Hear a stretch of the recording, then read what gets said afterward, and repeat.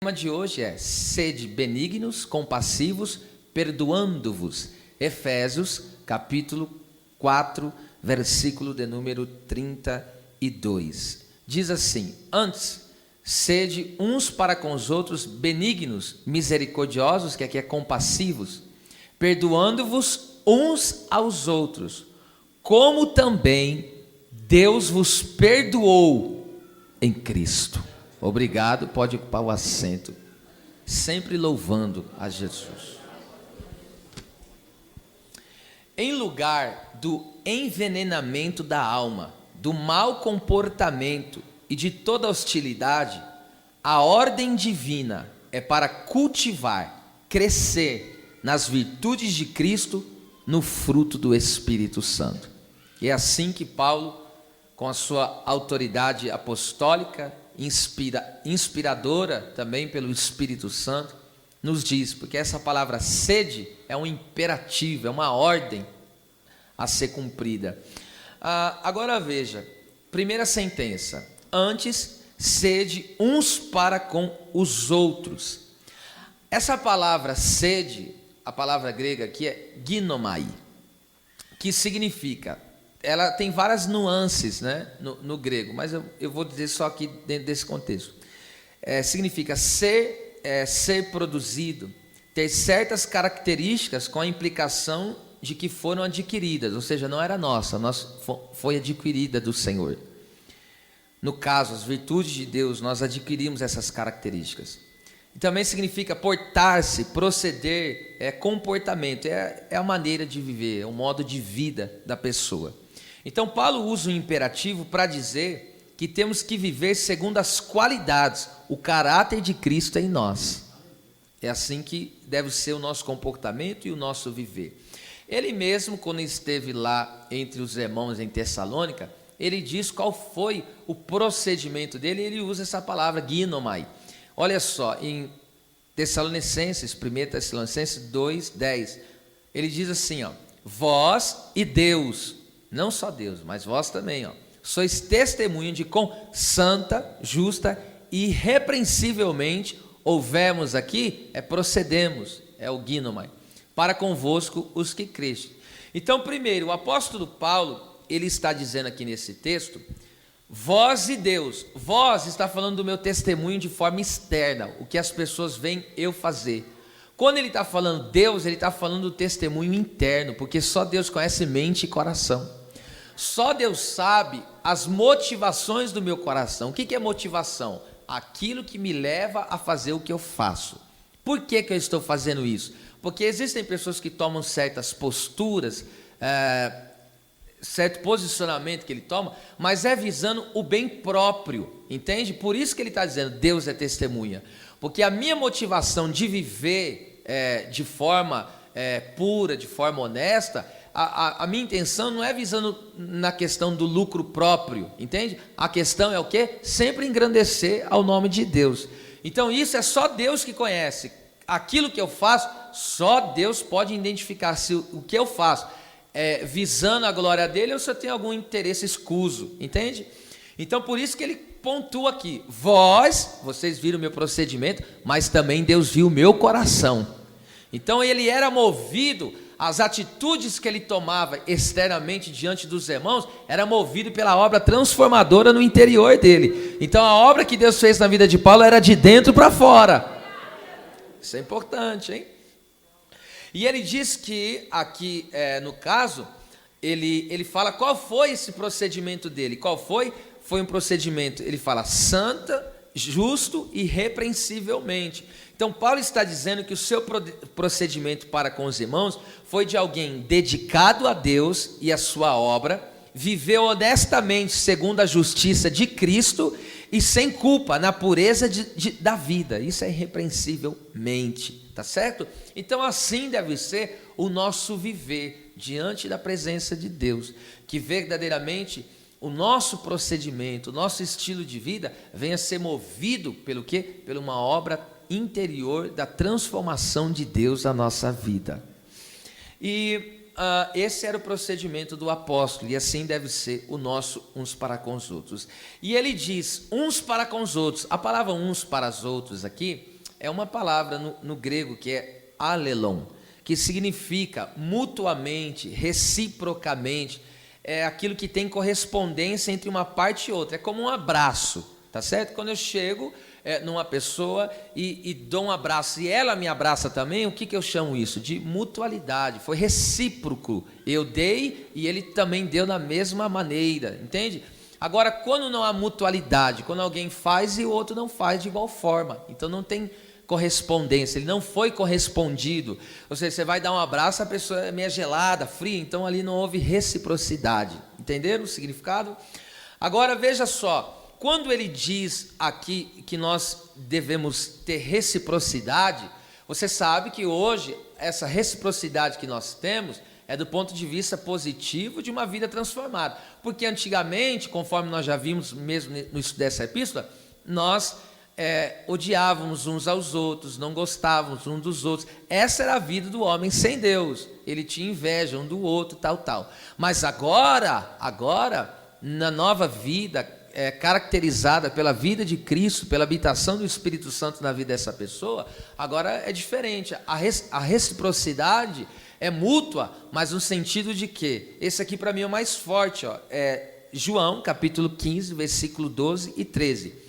O meu mandamento, disse Jesus, é este, que vos amei uns aos outros, assim como eu vos amei. Aí ele diz, como que ele nos amou? Ninguém tem maior amor do que este, de dar alguém a sua vida pelos seus amigos. Então aqui o amor é revelado de que forma? Que ele deu a sua vida em benefício de outros. Então veja que revelação maravilhosa. Aqui quando Jesus fala amai uns aos outros, o que ele está querendo dizer? Amar é desejar e fazer o bem para as pessoas. Então se eu amo, eu não só desejo, mas eu procuro fazer o bem para ela. Isso é o amor. O amor verdadeiro, ele não está só em palavras, mas sim em ações, em atitudes, em práticas. E agora você perceba aqui dentro desse texto que Jesus, ele diz aqui que esse amor que nós amemos uns aos outros é um amor doador.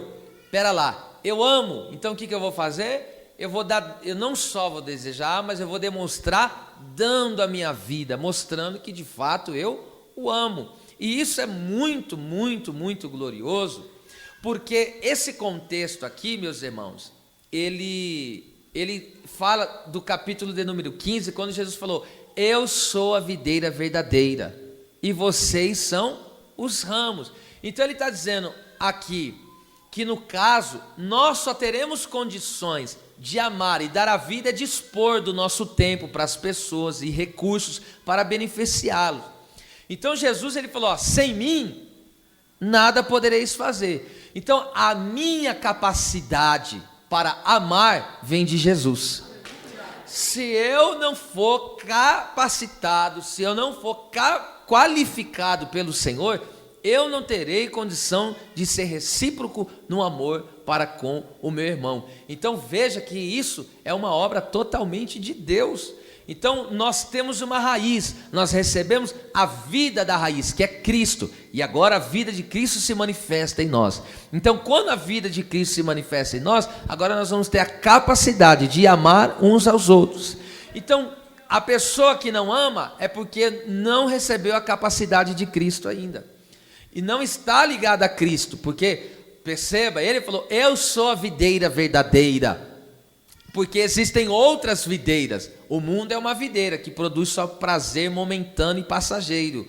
Israel é uma videira que se tornou uma videira falsa, porque só produz religiosidade. Mas Jesus é a videira verdadeira que manifestou vida, uma vida transformada. Então aqui Jesus está, isso é um mandamento, é uma ordem, ameis uns aos outros. Então tem que ser recíproco, você me ama, eu te amo, mas só em palavras? Não, eu desejo o teu bem e tem que buscar o teu bem. Olha só, isso aqui muda tudo do nosso culto, da nossa vida, porque uma coisa, escute só, veja como você ama os teus familiares, acredito que ame. Você não ama os seus familiares? Por quê? Porque você tem um vínculo com eles. É por isso que Jesus nos chama de família. Nós temos um vínculo. Então, quando você tem uma família, você ama ela, porque você tem um vínculo amoroso.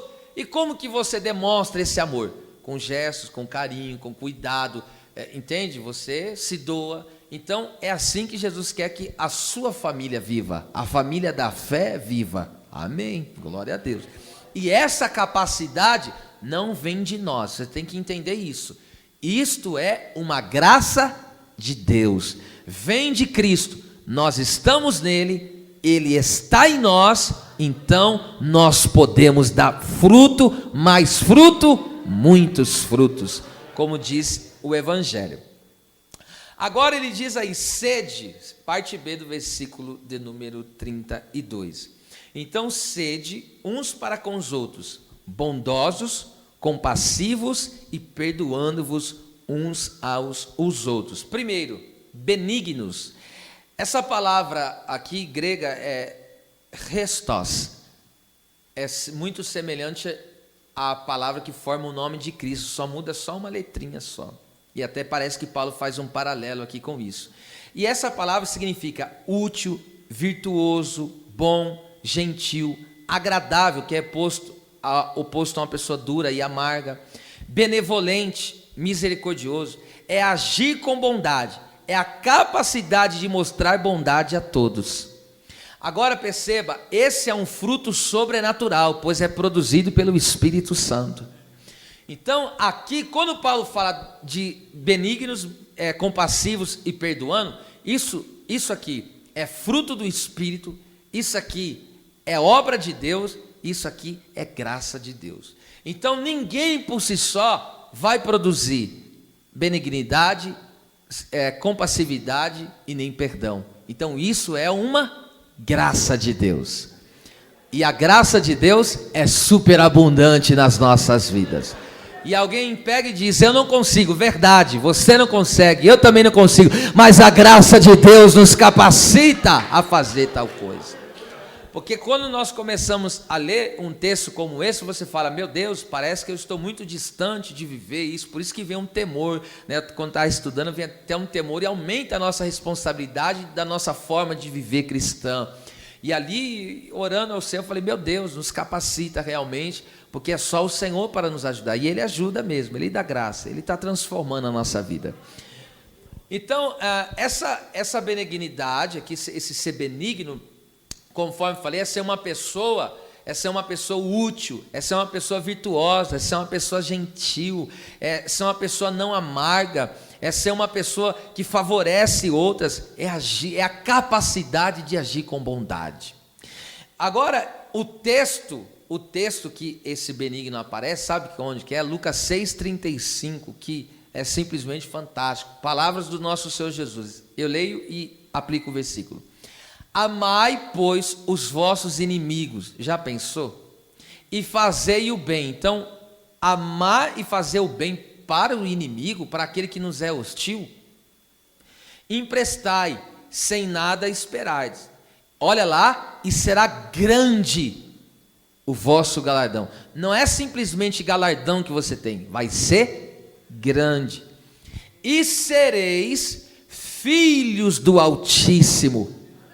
Por quê? A razão de tudo? Ele é benigno até para com os ingratos e maus. Já pensou? Vamos discorrer no texto, então. Quando ele fala amai e fazei o bem, o que ele quer dizer? É você desejar e praticar o bem, mesmo aqueles que te odeiam. Então é você, entende? É você desejar, porque tem pessoa que lhe odeia, porque ele é mau, ou está tomado também pelo inimigo, e a pessoa vai te odiar, às vezes sem ter motivo, só porque você é luz em Cristo também, né? A Bíblia diz, o mundo vos odiou. E aí a Bíblia me ensina que eu tenho que fazer o quê? O meu procedimento? Eu não posso desejar mal para essa pessoa que me deseja mal. E outra coisa, eu tenho que praticar o bem. E como que pratico o bem para quem me odeia? Orando por ele. Você ora. E se ele estiver passando necessidade, quem que leva comida para ele lá? Você. Já pensou num negócio desse? Isso é muito alto. É muito alto aqui o nível de espiritualidade. Agora escute isso aqui. Deus, olha o que ele diz. Ele fala, o Senhor Jesus fala: grande, se vocês fizerem isso, desejar o bem e praticar, desejar o bem para a pessoa que, ou seja, te deseja mal, te quer mal. Se você deseja o bem para ela e você pratica o bem com ela, o texto está dizendo que grande vai ser o galardão. A palavra galardão significa valor pago pelo trabalho. Então Deus considera isso como um trabalho do reino. Amar e buscar o bem dos inimigos é um trabalho do reino dos céus. Deus considera isso como um grande trabalho prestado para Ele aqui na terra. Então, quando o seu povo, quando os seus servos, quando a sua igreja, quando o crente, o servo de Deus, ele ama e pratica o bem para os seus inimigos, sabe o que ele está fazendo? Ele está prestando um árduo trabalho para o reino de Deus. Aí Deus olha para você e fala: vai ser grande o teu salário na eternidade, você vai desfrutar de um grande salário na vida eterna. É um trabalho, escute, não é fácil, mas também tem um galardão eterno. Deus sabe disso, que fala: ó, fique em paz, vou te recompensar por isso. Vou lhe recompensar. Irmão, e a recompensa é uma coisa que vai durar para todo sempre. É uma recompensa eterna. Então vale a pena, aleluia, cumprir a palavra de Deus. Continua sendo benigno, aleluia. E aí o que mais ele diz? Aqui está a razão maior para ser benigno: e sereis filhos do Altíssimo. Quando a Bíblia usa esse termo para Deus Altíssimo, aqui é no caso para Deus, Altíssimo significa o mais alto, o mais elevado. Existe alguém mais alto que Deus? Aqui alto, elevado, fala da sua posição superior a tudo, a todos. Se alguém, quando Deus quer contemplar os moradores da terra, ele tem que, abaixar. E se alguém quiser contemplar Deus, aleluia, tem que levantar os olhos. E quando fala Altíssimo, veja, o mais elevado. Sabe o que eu aprendo aqui? Isso aqui é digno de nota, minha gente. Eu aprendo isso aqui. Então vamos lá. Este árduo trabalho de desejar e fazer o bem aos inimigos nos renderá um grande pagamento na eternidade. E este é um nível muito elevado de espiritualidade. Ou seja, ser benigno é ser semelhante a Deus, que é benigno. A grandeza da espiritualidade está no fruto do Espírito Santo. Então veja só, Deus considera grande espiritualidade aquele em que foi manifestado no seu interior o fruto do Espírito, tá? Então veja, Deus considera isso uma alta espiritualidade. Então, o maior motivo para nós sermos benignos é porque o nosso Deus é benigno. E quando nós estamos agindo com benignidade aqui na terra, nós estamos dizendo: eu sou filho do Pai, eu sou filho do Pai, eu sou filho do Pai Celestial, eu sou filho do Altíssimo. É por isso que eu vivo uma vida superior, porque o meu Pai, aleluia, é superior. E uma coisa importante a saber também aqui, Paulo nos alerta, fala sobre o que pode ser danoso para os benignos. Você sabia que tem algo que pode danificar uma pessoa benigna? Tem uma coisa aqui que muitos hoje em dia não se dão conta, mas tem um ditado aí, meu amado, que é um ditado assim perfeito, não é bíblico, mas tem verdade nele, que diz assim, me diga com quem tu andas, e eu direi quem tu és. Isso é um provérbio, tá? É um adágio popular, mas isso tem conotação bíblica, e isso é muito forte. Eu sempre ouvi essa palavra quando comecei a minha caminhada: ande com pessoas mais espirituais que você. E isso foi imprescindível para o avanço e o crescimento espiritual. Até coisas que hoje eu vivo de uma vida de oração, foi que eu aprendi com pessoas mais espirituais que eu, que orava. E eu peguei o mistério junto com eles da vida de oração. Agora veja só o que Paulo nos alerta em 1 Coríntios 15:33. Eu vou ler nessa versão que está aqui, mas eu vou citar uma tradução que fica muito mais, fica melhor, tá? A compreensão. Não vos enganeis, pode deixar aí congelado esse texto. As más conversações, que aqui é traduzido como companhia, melhor é traduzido, corrompem. Aqui bons é a palavra restos, que Paulo está dizendo de benigno. Aqui, conforme eu vou citar aqui, é o bom caráter. Aqui eles traduziram como bons costumes. Olha como ficaria melhor traduzida essa aqui, ó. Não vos enganeis, associar-se com pessoas más pode arruinar o bom caráter. Anota essa frase, essa tradução, anota aí, pode anotar isso que é importante. Não vos enganeis, associar-se com pessoas más pode arruinar um bom caráter. Então, quando ele fala aqui conversações, que é a palavra grega homilia, já significa associar-se com, ficar na companhia de, envolver-se com, perceba? Ou seja, envolver-se com pessoas que não têm a mente de Cristo, ou seja, não pensa como Cristo pensa, de acordo com a palavra, que não tem o mesmo sentimento de Cristo. Qual que é o sentimento de Cristo? Está revelado em Filipenses 2, 5 ao 8. Jesus se esvaziou, Jesus se tornou servo, Jesus se humilhou e Jesus foi obediente até a morte. Olha só, e ainda mais, e não agem como Cristo.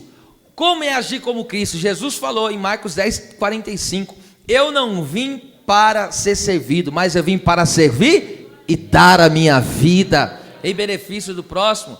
Então escute isso, se nós se associarmos, se nós se envolvemos com pessoas que não pensam como Cristo, não sentem como Cristo e não agem como Cristo, isso vai ser danoso, vai corromper o nosso caráter. As más companhias corrompem um bom caráter, ou seja, vai corromper aquela pessoa que era benigno, que era útil, que era virtuoso, que era benevolente. Então, essa companhia vai atrofiar, e não só atrofiar, vai, como diz o texto aí, vai dissolver, vai corromper, vai distorcer esse bom caráter dessa pessoa.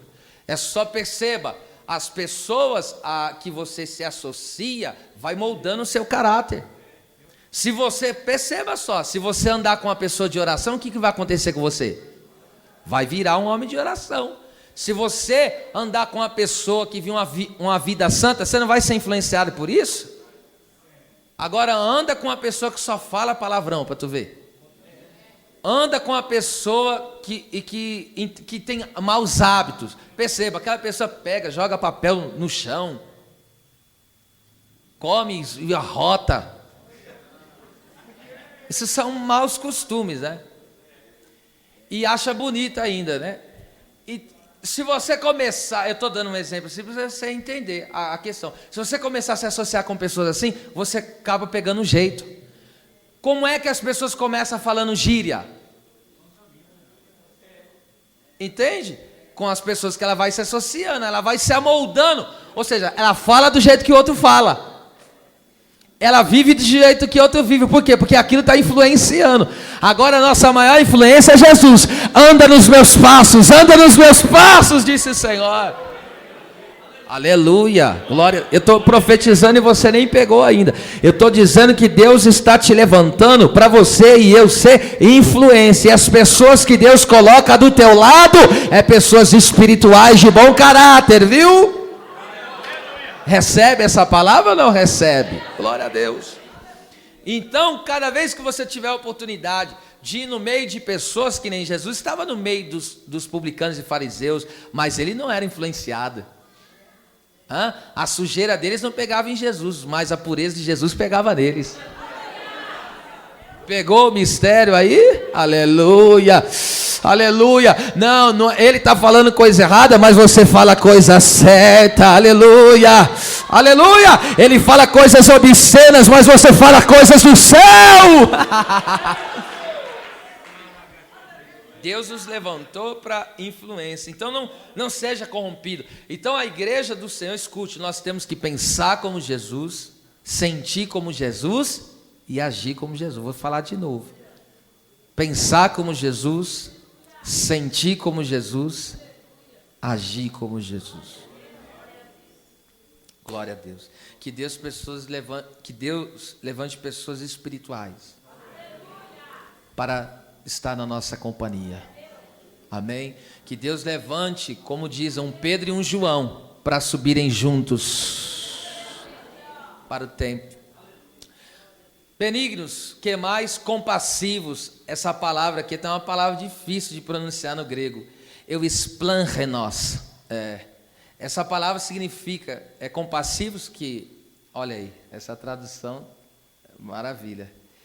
Ele diz, significa ternura de coração, que é meiguice. É compassivo, de bom coração, cheio de compaixão. No literal, sabe o que essa palavra significa? Ter fortes entranhas. Essa palavra fala dos órgãos mais profundos, está falando dos rins, está falando dos órgãos vitais, do coração. E antigamente, eles usavam isso. Hoje, para nós é o quê? Do fundo do meu coração. Antigamente, eles usavam essa expressão das entranhas. Quando ele queria falar de algo muito profundo e íntimo, de todo o seu ser interior, falava das entranhas. Então, Deus quer, olha só, que nós devemos ser uns para com os outros o quê? Benignos. Então Deus quer que esse deva ser o nosso proceder. Deus quer que eu seja útil para o meu irmão seja útil para mim. Deus quer que o meu irmão seja bom para mim, que eu seja bom para ele. Deus quer que eu seja virtuoso para o meu irmão e ele seja virtuoso para mim.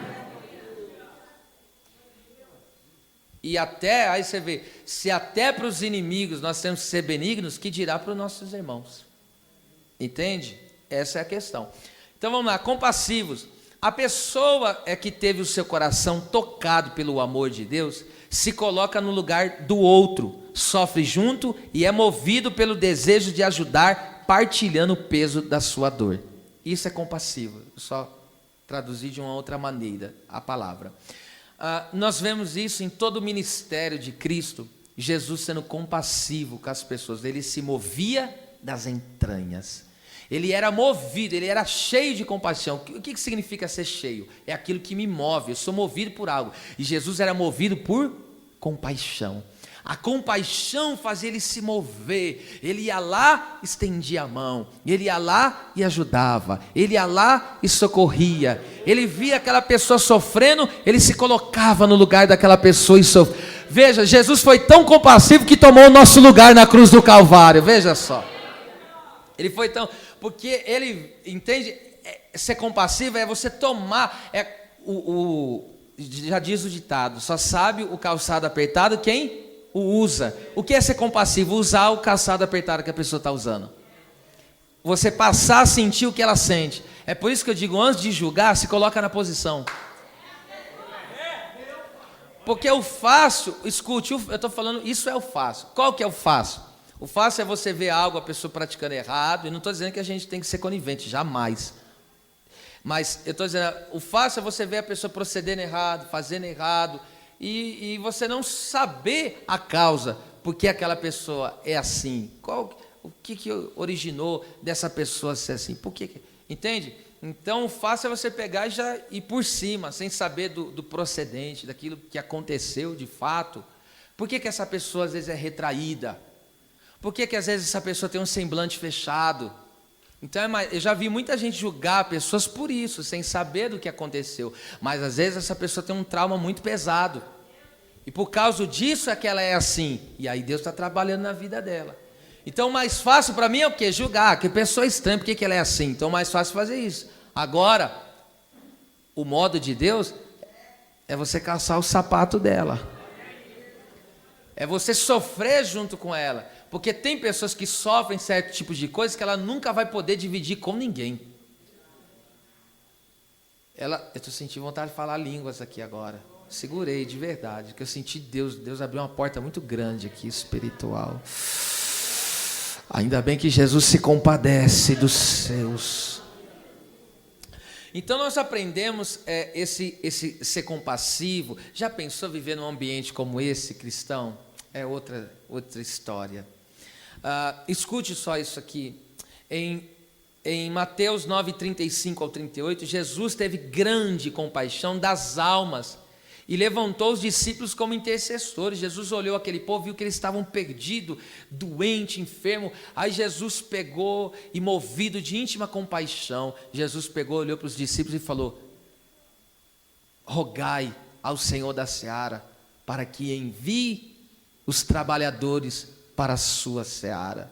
Então, Jesus, ele se compadeceu e viu as almas perdidas, pessoas sem rumo, sem Deus, sem a salvação. Sabe o que Jesus fez? Jesus se compadeceu de pessoas perdidas e chamou dos discípulos e falou: vamos orar para Deus levantar ganhadores de almas. Vamos orar para Deus levantar os pregadores. Vamos orar para a igreja se levantar e evangelizar, meu Deus. Quando o crente entende, ele é compassivo, ele tem essa compaixão, ele vê as almas perecendo, aí ele vê aquela pessoa nas drogas, ou no caminho da rebelião, na prostituição, na rebeldia, na arrogância, ele olha para aquela pessoa e fala: meu Deus, e sente, ele se dói, e ele sofre de ver, porque sabe o caminho que aquela pessoa está percorrendo é espinhoso demais, e pode ser um caminho sem volta. Então ele se condói. O que mais nós vemos aqui em Mateus 14:14, Jesus possuído, diz a Bíblia, de íntima compaixão, curou os enfermos e alimentou os famintos. Então, movido de íntima, profunda compaixão, ele cura e alimenta os necessitados.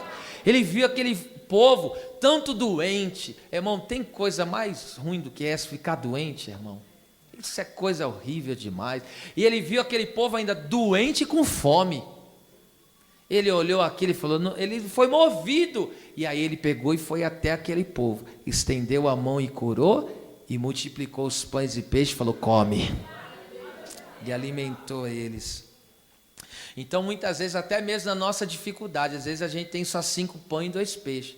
Mas a gente vê que tem gente que é mais necessitada que nós. Sabe o que a gente faz? Ora e pede para Deus abençoar, para a gente multiplicar esse negócio. Alcançar mais pessoas, né? Ainda mais, veja só, que coisa maravilhosa isso, hein? Pela mesma íntima compaixão, Jesus abriu os olhos de 2 cegos em Jericó. Está lá em Mateus 20:34. Fala de 2 cegos ali. E eles clamaram: filho de Davi, tem misericórdia de mim. E Jesus, movido de íntima compaixão, abriu os olhos do cego. Que mais ainda? Jesus, movido de grande compaixão, limpou o leproso. Marcos 1:40 e 41. O leproso, Jesus desceu do monte, depois de ter ensinado ali o sermão da montanha. Ele desce do monte, está o homem leproso. O homem leproso, ele ficava afastado da sociedade. Se ele tivesse família, nem contato com a família poderia ter. E ali o texto diz que ele se dobra, se prostra e se humilha diante de Jesus e adora. Fala: Senhor, se quiseres, podes me limpar. E o texto diz: movido de íntima compaixão, estendeu a mão sobre ele e o purificou de sua lepra. Veja, tudo movido pela compaixão. Ainda em Marcos 6:34, Jesus teve compaixão da multidão, porque ele mesmo relata, eram como ovelhas que não tinham pastor, e ele começou a ensinar-lhes. Pela compaixão, Jesus nos dá um estudo da sua palavra, um ensino da sua palavra, porque a pessoa que não é ensinada na palavra vive como um carro desgovernado e está vulnerável aos ataques do inimigo. Mas movido de íntima compaixão, Jesus falou: você não será mais alvo do inimigo, eu vou te ensinar a minha palavra. Sabe por que Jesus nos dá o estudo? Ele é compassivo, porque ele se moveu de íntima compaixão por nós. Marca esse versículo aí, viu? Marcos 6:34, está lá. Andavam como ovelhas desgarradas, como que não tem pastor. E que o pastor faz? Ensina a ovelha o caminho que ela deve seguir, alimenta a ovelha com bom alimento, protege a ovelha dos predadores. Aleluia! Eu louvo a Deus pelo pastoreio de Jesus sobre a nossa vida. O seu ensino revela a sua compaixão. Que coisa maravilhosa. Que mais? Jesus, lembra aquela pobre viúva? Já tinha perdido seu marido, por isso é viúva, e agora está ali carregando o seu único filho. E Jesus, movido de íntima compaixão, enxugou as lágrimas daquela mulher e levantou o seu filho que estava morto. Aleluia! E que mais? Para finalizar, a compaixão que Deus quer que tenhamos é revelada na parábola do bom samaritano. Um doutor da lei chegou para Jesus e começou ali a debater com Jesus acerca dos mandamentos. E ali Jesus falou: você conhece o mandamento? Ele falou: amarás ao Senhor teu Deus e amarás o teu próximo como a ti mesmo. E aí, de repente, aquele homem religioso perguntou para Jesus, mas quem é meu próximo? Aí Jesus abre a parábola no versículo 29, ele diz assim, ó, veio um homem que vinha de Jerusalém a Jericó, ele descia de Jerusalém para Jericó, esse caminho é perigoso mesmo e tem ladrões, e ele tinha alguns pertences em suas mãos, mas veio os ladrões, deu uma coça nele, bateu nele, roubou o que ele tinha e deixou ele caído, ferido e meio morto. Olha que diz o texto, meio morto. E aí vem o sacerdote, passou de largo, estou resumindo. Veio o levita, passou de longa distância. Mas veio o bom samaritano, que vendo ele caído, aleluia, o texto diz, se aproximou dele, ó, se aproximou, não passou de largo, se aproximou dele, atou-lhe as feridas, aplicou vinho e azeite, que fala da alegria e da cura do Espírito Santo, montou ele na sua cavalgadura, levou para a estalagem, cuidou dele e ainda pagou a sua dívida.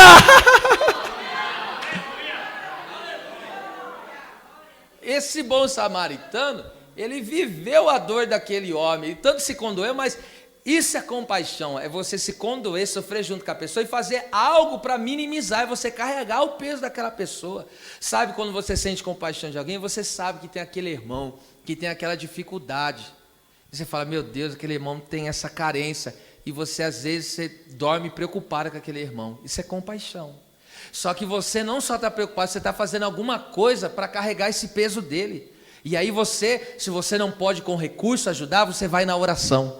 Você fala, Deus, ajuda o meu irmão, porque você está se doendo por ele. Isso é compaixão. Porque você sabe pontualmente, você sabe que tem aquelas pessoas que passam as situações que você fala, meu Deus, que coisa. E, meu Deus, tem pessoas que estão aqui, se pudesse, colocava o coração. É por isso que fala das entranhas, né? Compassivo é algo que vem da entranha. Glória a Deus. E agora sabe o que Jesus conclui a parábola dizendo? Para o homem, ele falou, qual desses parece ser o próximo dele? Ele falou, o que ajudou. Jesus falou, vai e faze assim. Então isso é ser compassivo, tá certo? É você não só sofrer com a pessoa, é você de alguma maneira buscar minimizar a situação que ela vive, é você ajudar ela a carregar esse peso que ela está carregando. Glória seja dada ao nome do Senhor. Glória a Deus. Uma das maneiras mais gloriosas que se tem de amar a vida de alguém é você tomar a briga dela em oração. Tem muitas maneiras cabíveis e viáveis que nós devemos ajudar. Muitas vezes só oração não é o suficiente, você tem que ir com recurso também.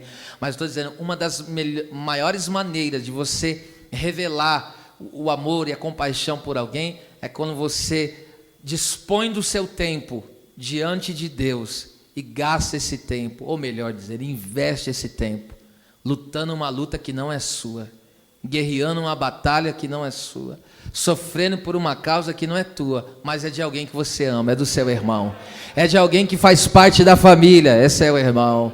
Glória a Deus. Agora vamos lá, perdoando-vos, a palavra perdoando-vos aqui, haridzomai, aqui é coisa séria, que significa mostrar favor, ser gracioso para com alguém, perdoar, graciosamente restaurar alguém a outro.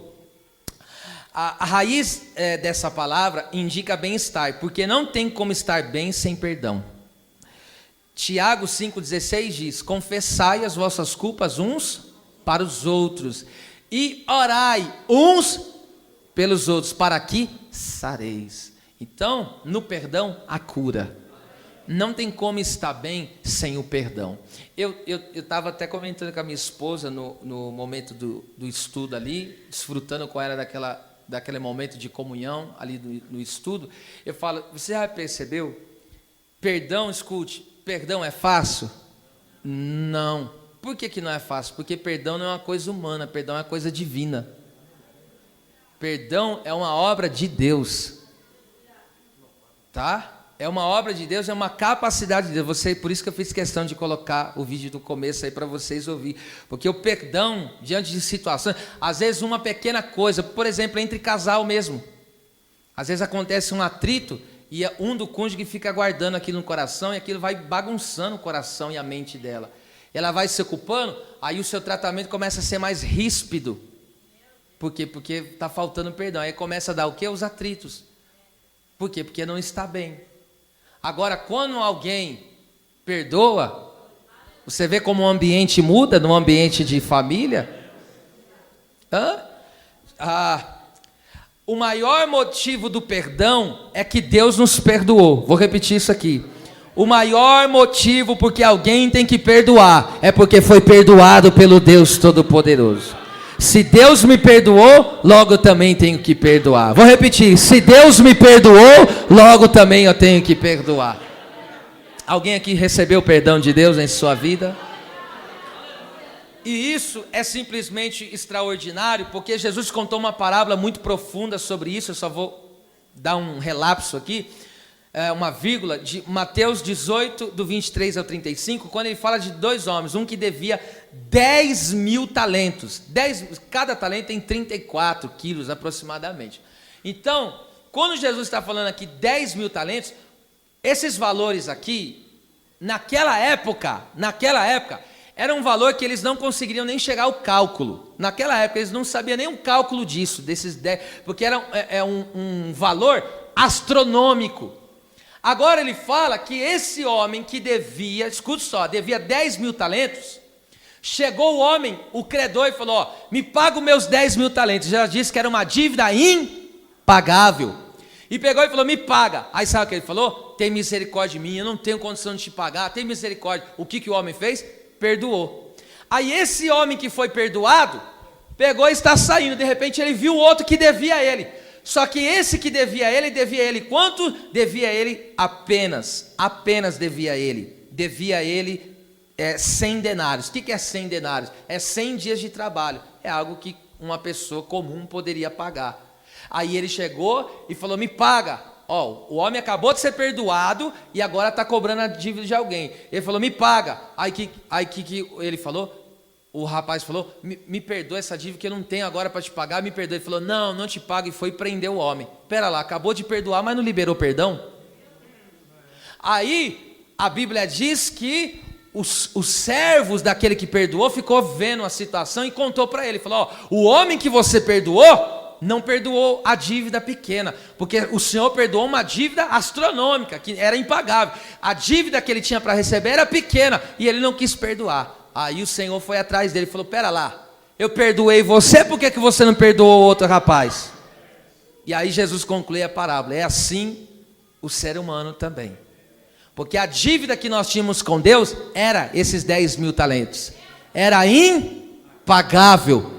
Entende? Era impagável. O meu pecado, o seu pecado era impagável diante do Deus Todo-Poderoso. Mas veio o grande Deus e falou, eu te perdoo, eu te perdoo.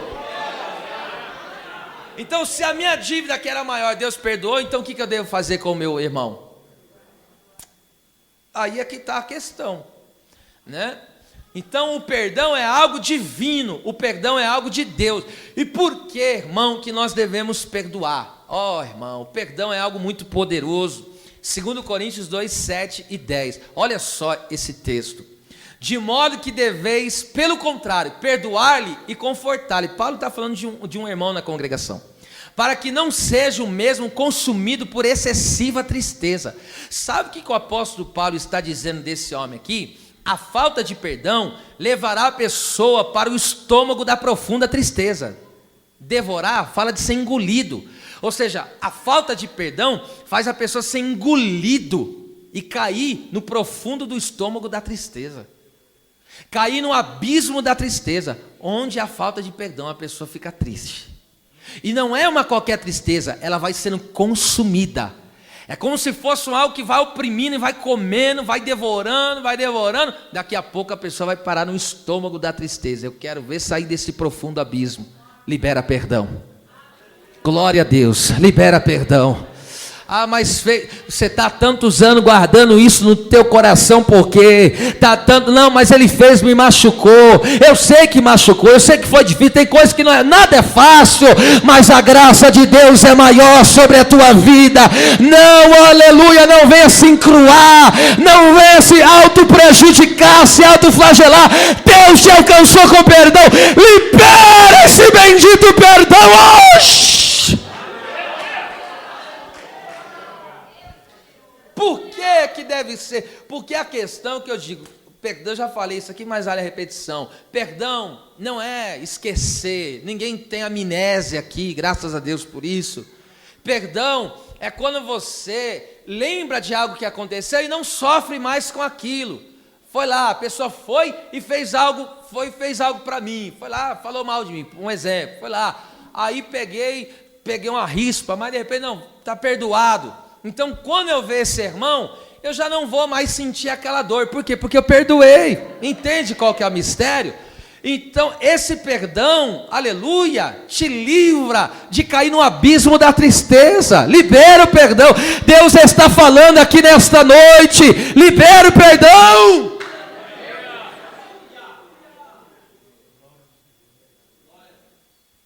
Ah, mas o que ele fez? Pisou na bola, me traiu, fez... Perdão, puxou meu tapete, passou para trás, pô, apunhalou pelas costas, pô, é difícil mesmo, complicado, né? Come na mesma mesa, vive na mesma casa,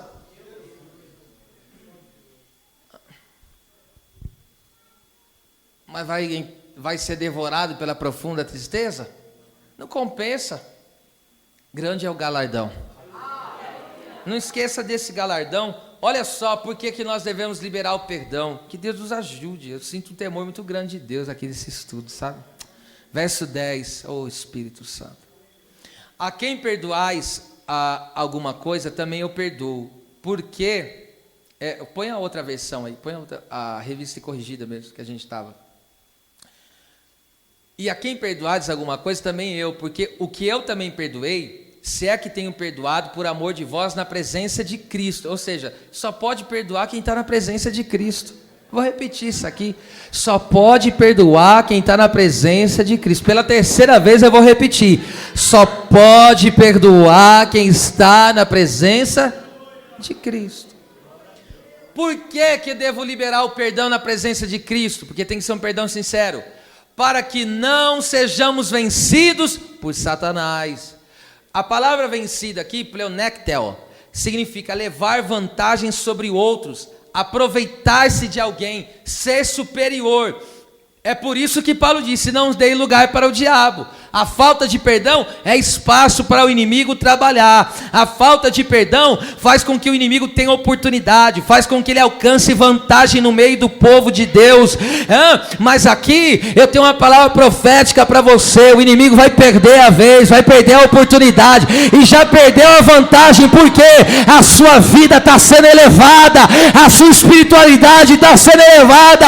Você entrou aqui se sentindo incapaz, fraco para isso, mas vem uma graça aqui, vem um oceano de graça aqui, vem uma graça do céu aqui, vem um poder sobre Tarabacaia. Toque no ombro do vizinho e diga, recebe graça de Deus. Diga aí. Graça. Manácia canta. Quem pode adorar a Deus por essa palavra? Recebe essa graça, recebe essa graça. Mas eu ajudei tanto, ele me fez isso. Recebe graça, recebe graça.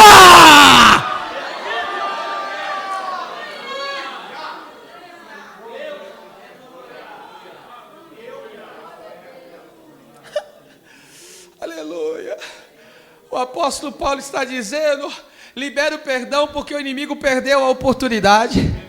Libera o perdão que ele fica inferior e você sobe a tua espiritualidade. Libera o perdão que você sai na frente. Libera, caia. Oh meu Deus, eu estou sentindo glória de Deus aqui. Levante as duas mãos para o céu. Vou te dar 30 segundos para você se regozijar na presença do grande eu sou. Receba, tem perdão chegando para dentro de lares hoje aqui. O perdão vai sair. Essa água amarga vai sair de dentro da tua casa. O relacionamento vai ser glorioso. Era Massuri Mikandaraia. Aleluia. O perdão eleva o nosso nível de espiritualidade. Aleluia. A benignidade é de Deus. A compaixão é de Deus. O perdão é de Deus. Quando eu sou benigno, quando eu sou compassivo, quando eu sou perdoador, eu estou sendo de Deus. Aleluia. E encerrando o estudo, vamos ler todo o versículo. Antes sede uns para com os outros benignos, compassivos, perdoando uns aos outros, como também Deus os perdoou em Cristo. Esse é o motivo forte. Como aqui é karos, que significa de acordo com, exatamente como. Então exatamente como Deus nos amou em Cristo, Deus quer que eu ame o meu irmão. É por isso que a Bíblia diz, olha que lindo, a Bíblia diz assim, ó: se andarmos na luz, como na luz Ele está. O que é andar na luz? Andar na palavra. Temos o quê? Comunhão um com o outro. Pera lá, o que é comunhão? Opa, eu posso sentar aqui, do lado do pastor Brito. Por quê? Porque eu tenho comunhão. Aqui não tem nenhum bloqueio aqui, ó. A adoração flui aqui, ó. Eu posso sentar aqui do lado do presbítero Roberto. Por quê? Porque não tem nada escuso aqui no coração. Aleluia. Porque tem pessoa que é assim, ó, de repente ele tem um negócio, ele vê a pessoa, ele quebra a curva. Aleluia. Se andarmos na luz como Ele na luz está, temos comunhão. Aleluia.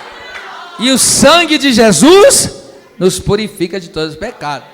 Então, você está entendendo? Agora veja só, esse é o ambiente que Deus quer que a sua família viva. Um ambiente de benignidade, de compaixão e de perdão. E por que Ele diz perdão? Porque pode acontecer que alguém venha magoar outro. Pode acontecer. É para ser assim? Claro que não. Mas pode acontecer. Agora vamos lá. Deus em Cristo nos reconciliou consigo mesmo, não nos imputando, ou seja, depositando em nossa conta os nossos pecados, e pôs em nós a palavra da reconciliação. 2 Coríntios 5, 18 e 19, está escrito isso, tá? Então, pera lá, Deus, através de Cristo, nos reconciliou com Ele, e falou, ó, dos teus pecados, não me lembro mais, jogo no mar do esquecimento. Por que mar do esquecimento? Ó, já está dizendo, mar do... Ninguém mais acha. Ninguém mais acha. Ninguém mais acha. Aí se o adversário, por isso você tem que entender isso. O adversário quer puxar o teu passado, não acha. Não acha. Aquilo que Deus te perdoou, já era. Aí fala, não, mas o sangue de Jesus já me purificou. Isso aí você não pode cobrar mais não. Não pode cobrar mais não. Vamos lá, o perdão é sinônimo de vida. Repete isso, o perdão é sinônimo de vida. Coloca aí, eu não ia ler esse texto, mas está em Colossenses 2,13. Estamos encerrando. Colossenses 2,13. O perdão é sinônimo de vida. Logo, quem perdoa está num estado de vida. E quando vós estáveis mortos nos pecados e na incircuncisão da vossa carne, ou seja, impureza, vos vivificou juntamente com Ele, de que jeito? Perdoando-vos todas as ofensas. Logo, Deus me perdoou, recebi vida. Opa, olha lá, alguém pegou. Deus me perdoou, recebi vida. Deus me perdoou, recebi vida. Vida. Recebi vida, tá? No perdão de Deus está a sua vida. Deus nos perdoou e falou, agora eu te dou vida, vem. Tá vendo? Então, a pessoa que libera o perdão, ela vive. Ela vive. E último. Eita Deus, hein? Colossenses 3,13, olha o que a Bíblia diz. Suportando-vos, aqui é dar suporte, tá? Uns aos outros, perdoando-vos uns aos outros. Se alguém tiver queixa contra o outro, assim como Cristo vos perdoou, faz assim também. A palavra queixa é monfe, que significa uma reclamação, culpa, uma falha, uma briga. Já teve alguma briga aí? Já teve alguma desavença aí? Irmão, tem gente que briga por coisas tão... briga por lugar. Eu já vi. Já vi isso aqui. Aí depois não fala mais com a pessoa por causa de um lugar. Não, filho, você é diferente. A pessoa quer o lugar e fala, senta aí. Vai brigar por causa da vaga de carro no estacionamento? Vai, entra aí, eu vou espero outra. Dá preferência, irmão.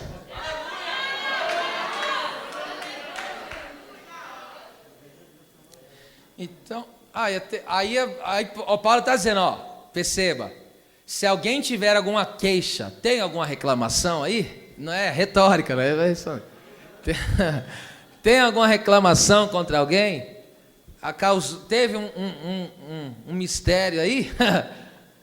Teve? Qual é a recomendação bíblica? Perdoa. Perdoa, assim como Cristo perdoou. E eu encerro dizendo, o perdão glorifica a Deus e é libertador e transformador. O perdão glorifica a Deus, é libertador e transformador. Porque o perdão glorifica a Deus. O perdão, aleluia, ele traz bem-estar para a minha vida. E o perdão libera a pessoa, liberta a pessoa, aleluia. Glória seja dada ao nome do Senhor. Tudo começa com Deus, vem com você e passa pelo outro também. Deus te deu a palavra da reconciliação. Glória a Deus. Antes de dar a palavra final aqui da conclusão, se a gente conseguir conciliar esses estudos que nós temos aprendido aqui da quinta-feira com o fogo, que Deus trabalhe nos cultos proféticos como terça-feira, irmão, o avivamento está marcado. Escute, o não dar lugar para o inimigo deve ser preenchido pelo dar lugar para o Espírito Santo. Então vamos lá. Eu não dou lugar ao inimigo, tá certo, não deu lugar ao inimigo, mas o lugar ficou vazio. Então tem que ser preenchido com o quê? Com a presença do Espírito Santo, com a benignidade do Espírito Santo, com a compaixão do Espírito Santo, com o perdão do Espírito Santo. As palmas louvem o Senhor.